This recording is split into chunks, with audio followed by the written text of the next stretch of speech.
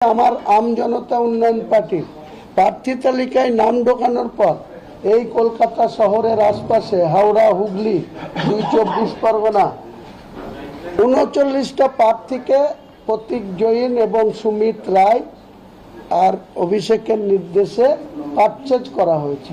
কাউকে ১৫ লাখ, যে ১ লাখ টাকা একসঙ্গে দেখেনি তাকে আমি প্রার্থী করেছিলাম, তাকে কাউকে আপনার ১৫ লাখ, কাউকে ২৫ লাখ, কাউকে ২০ লাখ। আর আমার পাশে বসে আছে আমাদের প্রেস সচিব কামাল হোসেন, ওনাকে কি বলেছিল ভোটের ৮ দিন আগে, ওনার নিজের মুখে শুনে নেবেন। প্রতীক জৈনরা ডেকে অভিষেকের নির্দেশে ওনাকে কি প্রস্তাব দিয়েছিল উনি বলবে, আমি বলবো না। আমি একটা বিষয় সেটা হচ্ছে যে মমতা বন্দ্যোপাধ্যায় এই মুহূর্তে রাজ্যের মুখ্যমন্ত্রী নেই, কারণ গভর্নর তিনি পৌরসভা ভেঙে দিয়েছেন, সরকার ভেঙে দিয়েছেন। কিন্তু এখনো দেখা যাচ্ছে যে সোশ্যাল মিডিয়াতে মমতা বন্দ্যোপাধ্যায় সেখানে অনারেবল চিফ মিনিস্টার লেখা রয়েছে এবং তিনি বলছেন যে আমি অফিসিয়ালি কোনো পদত্যাগ করবো না, কারণ আমি তো হারি। দেখুন, এত নির্লজ্জতা হতে পারে একজন মহিলা, এটা গোটা বাংলা না, গোটা ভারতবর্ষের মানুষের মাথা হেঁট হচ্ছে। সংবিধানকে যদি ন্যূনতম সম্মান কেউ করে, তাহলে আমিও মন্ত্রী ছিলাম। ২৮শে ফেব্রুয়ারি ২০১৩ আমার রেজাল্ট হয়েছিল, আমি হেরে গিয়েছিলাম। ১ মার্চ এসে আমি রিজাইন দিতে চেয়েছিলাম মুখ্যমন্ত্রীর কাছে, টেবিলে গিয়ে, তখন তিনি রাইটাসেই বসতেন।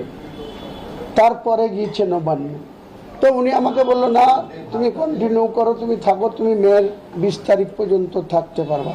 তার জন্য এপি চ্যানেল থেকে আমাকে অনেক অপমান করা হয়েছিল। রাজ্যের বিরোধী দলনেতা তৎকালীন ডক্টর সূর্যকান্ত মিশ্র আমাকে অনেক কিছু বলেছিল, কিন্তু তবু আমরা লজ্জার মাথা খেয়ে তখন এই মুখ্যমন্ত্রীর কথা শুনে আমি হেরে যাওয়ার পরেও ২.৫ মাস মতো মন্ত্রী ছিলাম। কিন্তু এতটা নির্লজ্জ হতে পারে একজন, এতটা ক্ষমতালোভী হতে পারে, এতটা রক্ত পিপাসু হতে পারে, এটা ধারণার বাইরে ছিল। হ্যাঁ, আমি তো রিজাইন দিয়ে দিতে গেছিলাম। ২৮শে ফেব্রুয়ারি আমি যে গার্লস কলেজে জেতার সার্টিফিকেট পেলাম ৪ তারিখে, ওই গার্লস কলেজে যখন আমি হেরে গেলাম, আমি ১ মার্চ সকাল সকাল এসে ১২টায় রাইটাসে ঢুকে ওনার কাছে, মুখ্যমন্ত্রীর কাছে রিজাইন লেটার জমা দিয়েছিলাম।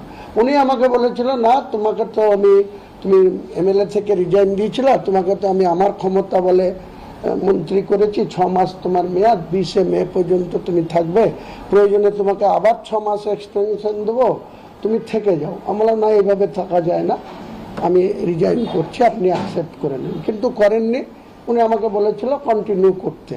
তারপরে সেই সময় বিরোধী দলনেতা ছিলেন ডক্টর সূর্যকান্ত মিশ্র, আপনাদের এই যে এবিপি চ্যানেল তখন স্টার আনন্দ ছিল, এনারা আমাকে যাচ্ছে তাইভাবে মানুষের সামনে অপমান করেছিল, তবু আমি সেটা হজম করতে হয়েছিল শুধু মুখ্যমন্ত্রীর কথা রাখতে।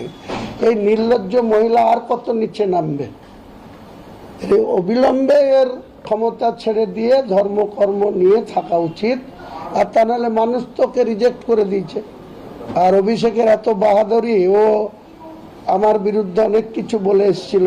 ২৯শে মার্চ নওদায় গিয়ে বলেছিল যে সাইনা মমতাজ প্রার্থী না, অভিষেক বন্দ্যোপাধ্যায় নওদায় প্রার্থী। আর মমতা ব্যানার্জি বলে এসেছিল যে এখানে আতাউর রহমান প্রার্থী না, মমতা ব্যানার্জি প্রার্থী। তাহলে দুজনকেই আমি হারিয়েছি, এটার মধ্যে যে আনন্দ, এই আনন্দ আমি ৪৩ বছরের রাজনৈতিক ক্যারিয়ারে কোনোদিন পাইনি।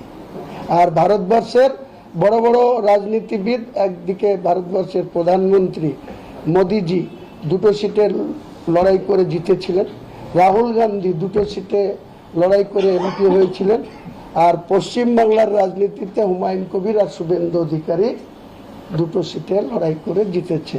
এর থেকে রেকর্ড আর কি হতে পারে রাজনীতির ক্যারিয়ারে? এটা আমার মনে হয় গোল্ড মেডেলিস্ট পাওয়ার মতো ক্যারিয়ার। তামিলনাড়ুতে আমরা দেখলাম বাসি চিহ্ন নিয়ে সেখানে বিএনপি সরকার পরাস্ত হয়ে গেল, এখানে বিজেপি সরকার এলো।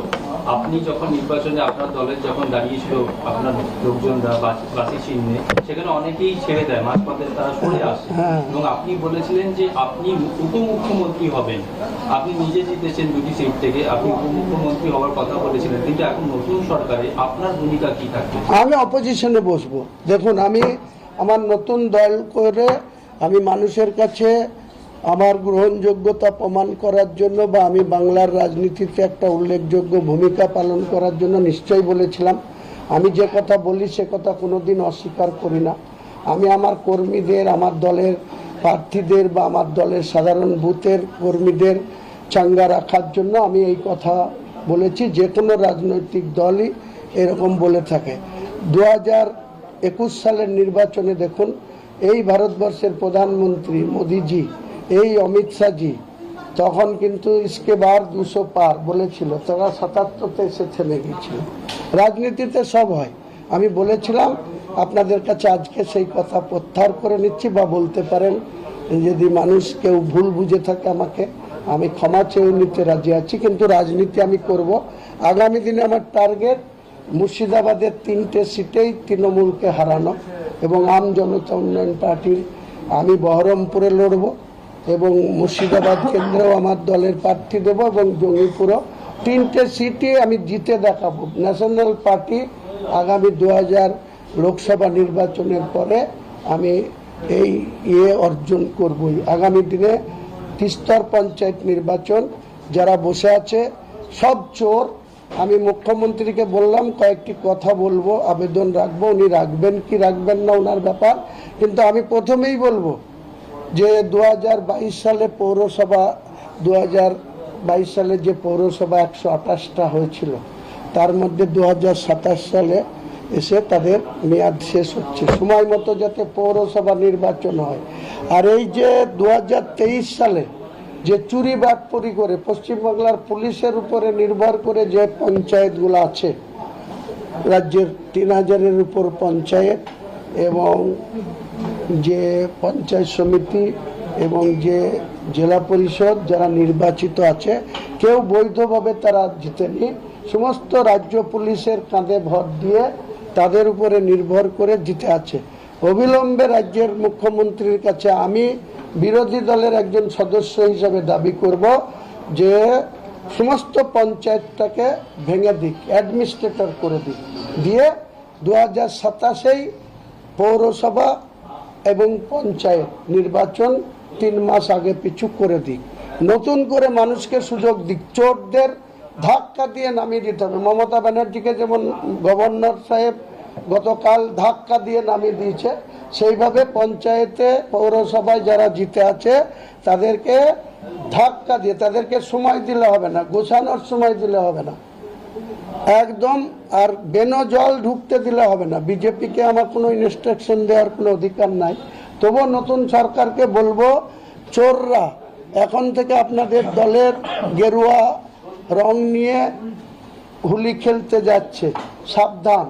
আপনারা যদি এই চোরদের আবার দলে প্রবেশ করান, আপনাদেরকেও কিন্তু ফল ভোগ করতে হবে।